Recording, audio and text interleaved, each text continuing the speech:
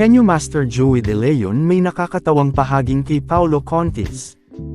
Matapos nga ang matinding parinig ni Paolo Contis noong magpa-press conference ang TVJ at Legit the Barkads tungkol sa paglabas ng desisyon ng Intellectual Property Office of the Philippines, na kinakansela na nila ang trademark registration ng Tape Incorporated at ibinigay na ito sa tunay na nagmamay-ari ang TVJ, tila bumawi naman ng hirit itong si Henyo Master Joey De Leon kay Paolo Contis.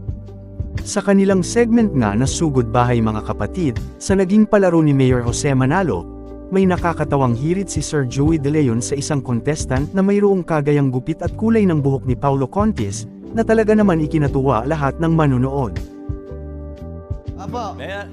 TV5 daw, TV5. Yes. Yung si ano nga yung nakasombrero, patanggal mo yung sombrero. Patanggal mo lang. Patanggal mo, Ernest. Ayan. May kamukhang host yan eh. May kamukhang host.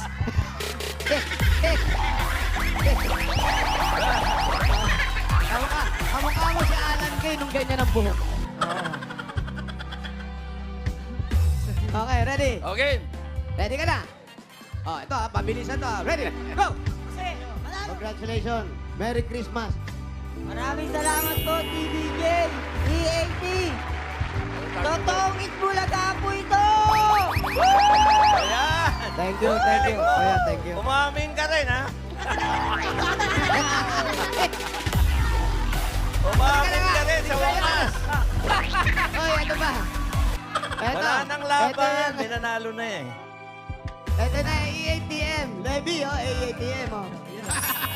Samantalang binisita naman ng EAT ng US Ambassador to the Philippines na si Mary Kay Carlson kasama ang TV5 CEO, Sir Guido Zaballero at Signal TV President and CEO Jane Basas.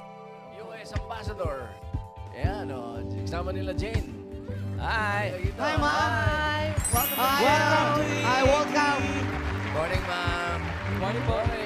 Welcome to TV5. Good morning po. Yes.